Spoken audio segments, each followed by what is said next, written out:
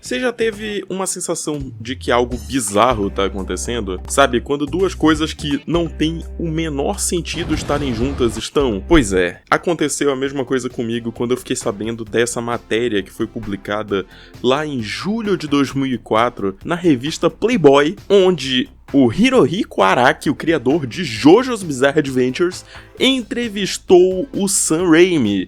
O Sam Raimi, do Homem-Aranha, do Evil Dead, esse Sam Raimi. E cara, pra mim é uma daquelas coincidências que o universo traz, sabe? Porque, não sei se vocês estão ligados, muita gente aqui não vai estar ligada, porque isso aconteceu por 2 semanas lá em 2019, mas o primeiro nome desse canal não era The Spider-Man, era Spidey's Bizarre Adventures. Não tem nem logo oficial, a DV vai ter que improvisar isso aqui quando ele editar.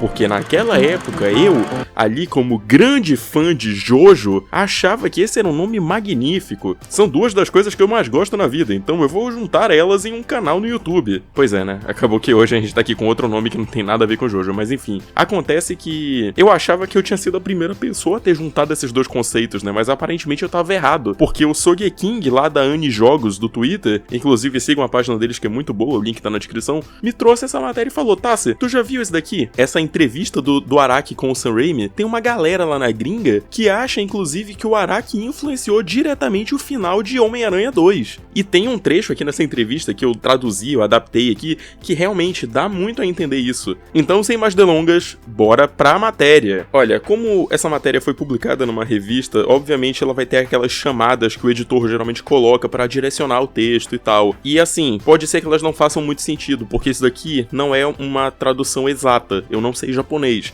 É uma tradução de uma tradução gringa. E o problema mora exatamente aí, porque foi exatamente isso que sabotou a percepção pública de Golden Wind. Eu vou fazer toda uma campanha para que as pessoas respeitem mais o menino Giorno Giovanna. Ele é um bom protagonista, a tradução ruim dos scans é que prejudicou ele. Mas enfim, vamos lá. Finalmente veio a público! E agora, uma cortês entrevista com o diretor. Aqui eu já sinto que tá faltando um Homem-Aranha, né? Mas como veio assim da tradução, eu não tenho como confirmar. Homem-Aranha 2 já está quebrando recordes, um após o outro nos Estados Unidos, superando o mega sucesso que foi seu antecessor. Finalmente ele saiu no Japão, e é um filme imperdível desse verão. Portanto, nós apresentamos a memorável conversa entre o diretor e um escritor popular que é grande fã dos seus trabalhos iniciais. Essa daqui é uma modéstia violenta, né? Porque, tipo assim, o Araki, nessa época já de 2004, ele já tava fazendo sucesso, porque já tinha concluído Stone Ocean e ele já tava escrevendo o Steel Ball Run. Então, assim, dizer, é um escritor popular, tipo assim, sem mencionar quem que é o cara, é um pouco engraçado. Tá? Mas vamos lá. Um novo trabalho que demonstra todo o charme dos experts em horror. Aí aqui, a entrevista tá dividida, né? As falas do Araki e do Sam Raimi, do Araki e do Sam Raimi. Eu pensei em fazer vozinha pra diferenciar, mas na primeira vez que eu gravei ficou meio esquisito. Eu fiquei parecendo que tava sofrendo de transtorno de identidade, assim. Então, pra garantir que vocês vão saber exatamente quem é, sem eu ter que ficar maluco, eu vou deixar tudo na mão do ADV pra ele fazer a parte visual, tá? Ele vai se encarregar de fazer as pessoas entenderem quem tá falando. Eu mandei pra ele o documento traduzido. Se ficar errado, a culpa é dele. Eu não vou nem revisar a edição. Bora lá. Depois de ver Homem-Aranha 2, eu posso dizer que foi um filme tão bom quanto o primeiro. Obrigado. Também me apresentaram seu trabalho, Araki, e é magnífico, eu fiquei realmente impressionado. Por favor. Por outro lado, eu achei que a direção de Homem-Aranha 2 foi mais relaxada que a do anterior. Com certeza. Eu senti que tava fazendo um trabalho independente como antigamente. É uma coisa estranha de se dizer, considerando o orçamento. 200 milhões de dólares é um recorde, mas eu tive bastante liberdade. Eu sempre fui grande fã do seu tato pra direção. Por exemplo, detalhes pequenos, como os das unhas arranhando o chão enquanto são arrastadas, me marcaram bastante. Você é bastante observador. Quando eu vi seu trabalho, eu tive a impressão de que você seria o tipo de pessoa que repara nesses detalhes. Eu tenho orgulho de dizer agora que as habilidades que eu cultivei como escritor de terror foram bem utilizadas aqui e ali. Eu queria que o público ficasse apavorado com quão assustador o vilão era. Então esse foi o método que eu usei pra mostrar o suspense e fazer o coração bater. talvez seja isso que lembre um pouco os meus trabalhos antigos. Inclusive é engraçado eles focarem um pouco nessa cena, porque é aquela cena do hospital, né, que o Octopus levanta e ataca os médicos e tal, e aí um deles sai arrastando a unha, assim, no chão. E tem uma cena parecida em Evil Dead também. E, assim, o Araki mencionou isso, esse negócio de lembrar os trabalhos antigos, né, o Raimi mencionou que lembra os trabalhos antigos, justamente porque tem esse tipo de coisa em Evil Dead, sabe? Tu vê que realmente elementos de terror fazem muita parte de Homem-Aranha 2, mais parte de Homem-Aranha 2 do que a gente costuma dar crédito. Se tu ignorar um pouco as partes mais melancólicas assim do filme, tu tem um filme de terror, sabe? Dá pra fazer um edit inteiro de horror só usando as cenas do Octopus, cara. E eu acho isso maravilhoso.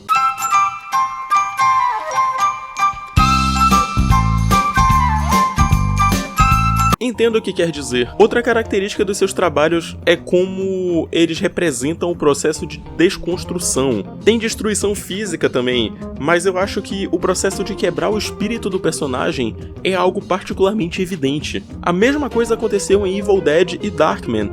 Aqui em Homem-Aranha, o protagonista, o Peter, tá no meio de uma crise.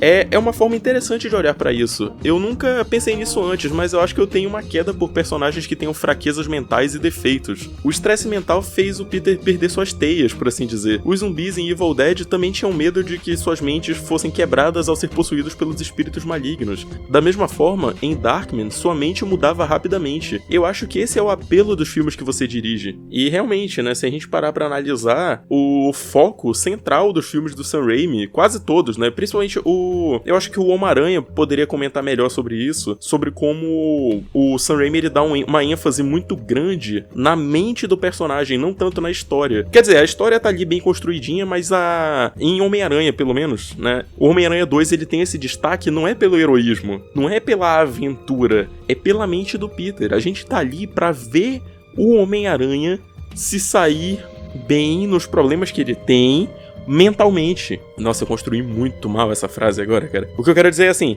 o grande charme dos filmes do Sam Raimi não é tanto a história e sim a sanidade mental dos personagens e como ele trabalha essa mentalidade. Tanto é que que ele fala no próximo bloco, que é esse daqui, ó. O Araki fala, né, sobre a mentalidade do Darkman e tal, e aí o Sam Raimi complementa. Na verdade, eu tenho muito interesse no fato de que as pessoas cometem erros. Apesar de ser algo trágico, é maravilhoso quando as pessoas podem se recuperar e ter um senso de realização ao ser bem-sucedidas em algo logo após. Eu acho que isso é basicamente a história do Homem-Aranha, que é o que eu acabei de falar, sabe? O Homem-Aranha 2, o grande triunfo dele é justamente fazer essa análise rápida, assim, da mente do Peter. É mostrar, olha, ele pode ser um grande herói, mas ele também tá sofrendo. Da mesma forma que em Evil Dead. Mas isso daí eu vou deixar pro Homem-Aranha falar. Olá, queridos players! Aqui é o Homem-Aranha. E eu vou falar aqui bem rapidinho como o Sam Raimi trabalhou o psicológico do Ash Williams da franquia Evil Dead, /Uma Noite Alucinante, /Uma Morte do Demônio. Chame do que você quiser. O Ash começa o filme como um rapaz normal, que quando encontra esses demônios na cabana, se caga todo. Ele chora, se desespera e quase enlouquece. Mas ao longo do segundo filme e principalmente no terceiro, o Ash amadurece e supera os seus medos contra o mal. E vira um cara badass, super falastrão, e é super legal e divertido acompanhar como o Ash sai de um simples jovem dos anos 80 pra um cara boladão com mão de motosserra que fala frases de efeitos datadas dos anos 90.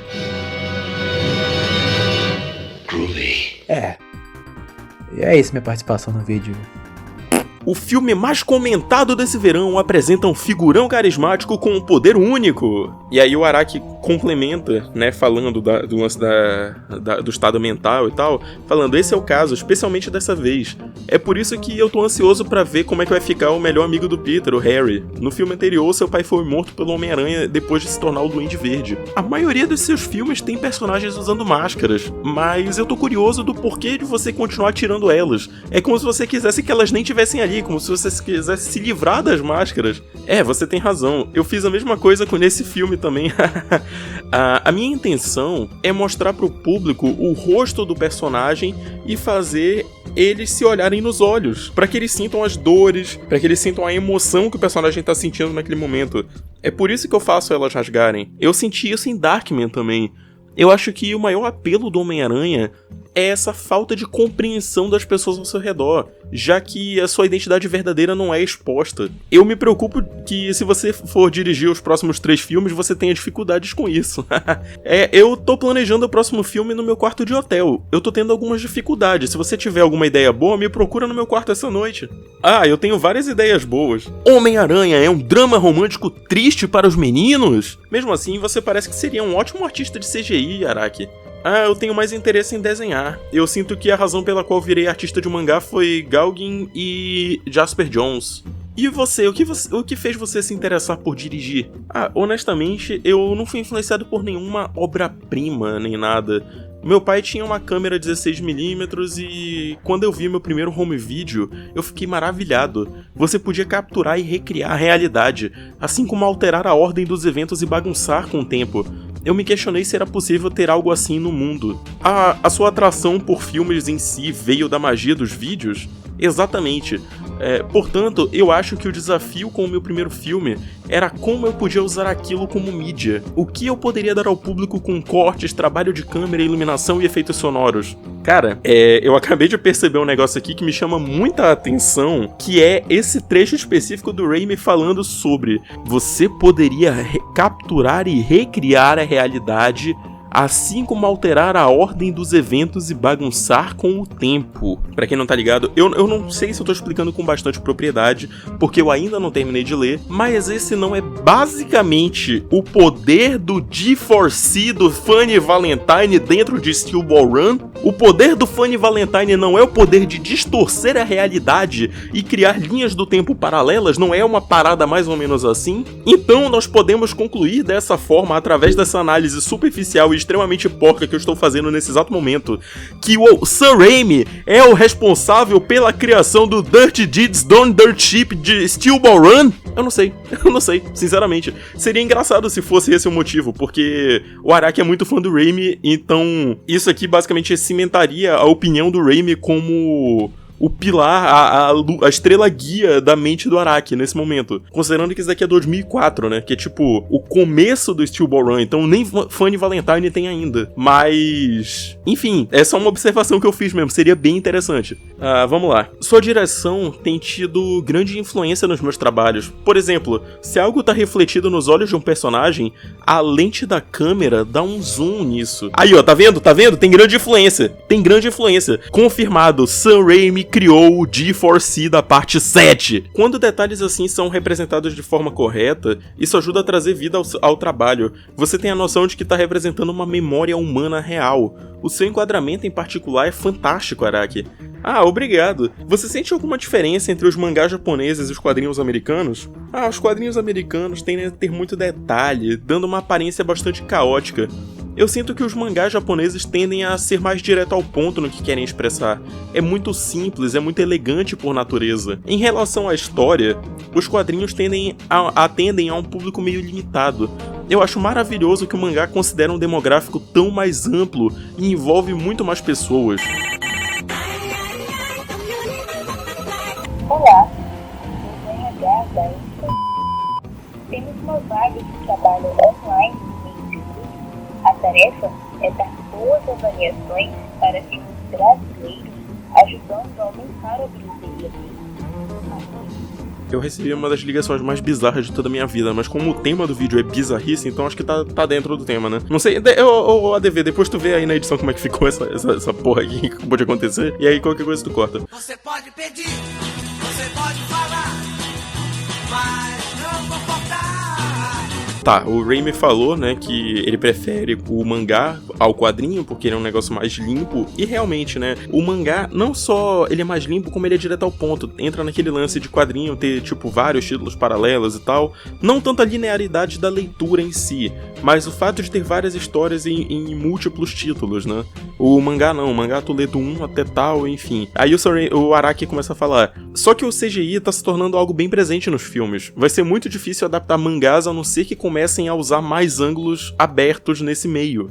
Os seus trabalhos são muito dinâmicos, Araki. Eu acho que eles têm uma quantidade extraordinária de originalidade. O fato de que os filmes inspiram eles é uma coisa muito boa. Apesar de hoje em dia eu estar mais interessado nas pessoas e nas histórias em si, eu também comecei a entender como o lado técnico da coisa pode ser usado como meio de se expressar. E aqui entra a parte meio meta do vídeo, porque o meu foco nesse vídeo, na verdade, era analisar uma situação que ocorreu relacionada à tradução dessa matéria. E aqui eu tive que adaptar essa tradução, porque considerando todo o resto da matéria, lá, quando eu chegar na parte que vocês vão entender, eu percebi que essa tradução errada ajudou a criar uma percepção completamente distorcida dos fatos. Bora lá. É mesmo, como escritor, eu sou bastante fã de amor trágico, que foi um grande aspecto que eu gostei de Homem-Aranha. Foi incrível como, ao final de Homem-Aranha 2, você fez algo parecido com O Graduando, onde Mary Jane é uma noiva que acaba sendo levada embora. É um conceito muito bom. Nós vamos ver mais disso em Homem-Aranha 3. Eu gostei de como o filme terminou com uma expressão facial solene, como se o futuro parecesse incerto.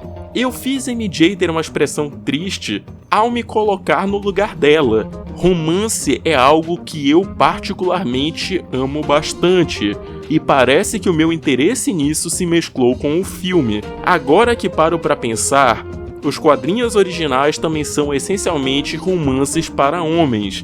Meninos americanos são muito tímidos para ler romances de fato. Esse também é o caso no Japão. Aqui continuaria a parte do Araki, mas eu vou fazer uma pausa porque eu precisava desse parêntese aqui. Repara como todos os itens da conversa estão focando na cena final de Homem-Aranha 2, envolvendo a Mary Jane ir atrás do Peter, certo? O Raimi ele dá destaque falando sobre a expressão facial da Mary Jane. O Araki fala sobre como a cena é parecida com um outro filme que ele está referenciando, que é The Graduate, só que eu não encontrei qual é o filme equivalente, então vai ficar por isso mesmo. Mas a questão é, ele fala que ele viu e que ele gostou. E aí entra uma questão interessante, porque na tradução da matéria em inglês está escrito o seguinte, tá? Eu vou ler em inglês e depois eu irei traduzir. Is that so? As someone who writes stories myself, I'm quite a fan of tragic love, which was a big aspect of what I liked about Spider-Man. It would have been great if at the end of Spider-Man 2 you did something like The Graduate, where MJ is a bride who gets snatched away. It would have been great. Teria sido ótimo se ao final de Homem-Aranha 2 você fizesse algo parecido. Só que aí tu pensa, ok, então o Araki está sugerindo que isso acontecesse no final de Homem-Aranha 2, já que o Raimi responde logo em seguida, That's a pretty good idea, you might see it in Spider-Man 3. É uma ótima ideia, talvez você veja isso em Homem-Aranha 3. Não combina com o que está sendo dito no resto da matéria, porque lá no começo o Araki fala, eu gostei da cena em que as unhas são arrastadas no chão, porque remete a seus trabalhos originais. Da mesma forma ele também fala, eu quero ver como é que o Harry vai ficar na próxima, já que, né, o pai dele morreu no filme anterior e ele não tá bem. Assim como ele também fala que a expressão facial da Mary Jane é triste, porque o Sam Raimi começou a se relacionar um pouco ali com a história. Tudo aqui indica que esse filme já tinha sido assistido pelo Araki.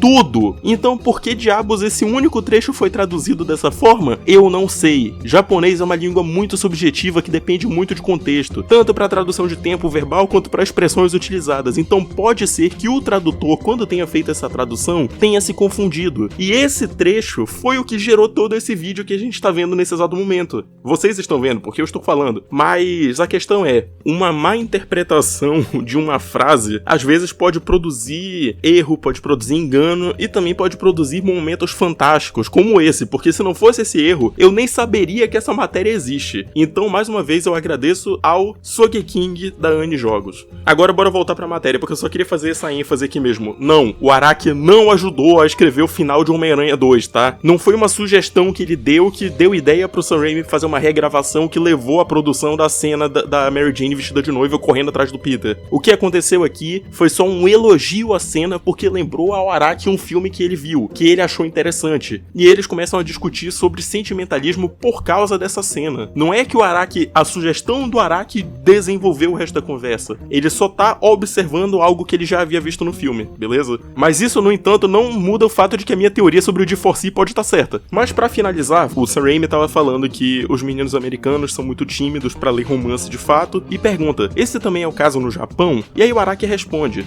eu gosto desses tipos de histórias desde que eu era menino. Ao invés de ver finais felizes, os japoneses gostam quando são separados pelo destino. Então é legal que até o Homem-Aranha tem esse sentimento de querer chorar. O amor é algo doloroso. E isso combina bastante com o tipo de trabalho que o Araki faz, né? Já que esse desgraçado matou o Jonathan Joestar no dia da lua de mel dele. Eu odeio muito o final da parte 1 de Jojo. Eu adoro Jojo, mas o final da parte 1 me deixa triste toda vez, cara. Eu fico miserável de tanto chorar no final da parte 1 e no final da parte 6 também, mas ok. Você passa isso aos seus leitores através do seu trabalho? Olha, digamos que eu tive muitas experiências dolorosas na vida real também. Ah, então você é um expert no amor. Eu não tenho tanta experiência assim. É sério? Bom, eu tô feliz que eu pude conversar com você hoje. Eu tô ansioso pra Homem-Aranha 3. Você vai dirigir esse, certo? Esse é o plano. Ouvi outro dia por alto que os figurões da produtora estavam falando em fazer até o 6 e fiquei tão chocado que meu coração quase parou.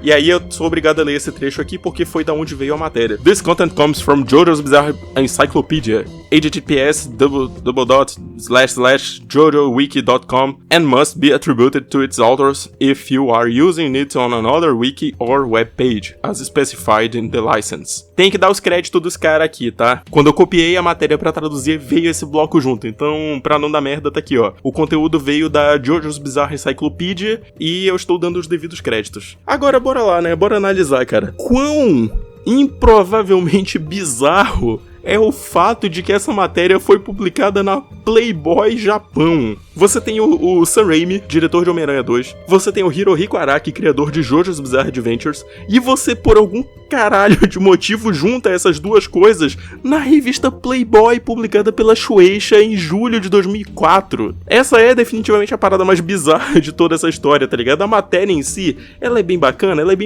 Eu acho interessante como tem esse clima amistoso entre os dois, um elogiando o trabalho do outro, o Sam Raimi falando sobre os enquadramentos, sobre a composição artística do Araki, o Araki falando sobre a técnica de gravação do Sam Raimi, como o interesse dele por cinema foi o que fez o Araki se desenvolver como artista, etc, etc. Tipo assim, é uma matéria muito bacana. Só que eu não entendi por que diabos ela aconteceu justo na revista Playboy, tá ligado? Eu acho que é porque realmente faltava um aspecto bizarro no crossover. Mas enfim, esse foi o vídeo que eu resolvi trazer aqui pra vocês, porque realmente foi uma parada muito única que apareceu na minha vida, e também que é uma matéria que eu não lembro de alguém ter comentado em algum momento, em algum lugar aqui pelo YouTube. Então, né, tá aqui, você tá vendo um conteúdo tecnicamente exclusivo aqui do canal, e é isso. Se você gostou desse conteúdo, gostou dessa matéria, quer ver mais vídeos de curiosidades, de coisas estranhas acontecendo, estranhas, talvez bizarras, já deixa o seu like, se inscreve no canal, ativa o sininho. Se você tiver sugestão de algum tema pra eu comentar por aqui também, já deixa aí nos comentários, beleza? Eu leio todos os comentários, eu posso até não interagir, mas eu tô lendo. Então é isso. Vejo vocês no próximo vídeo, até a próxima e tchau!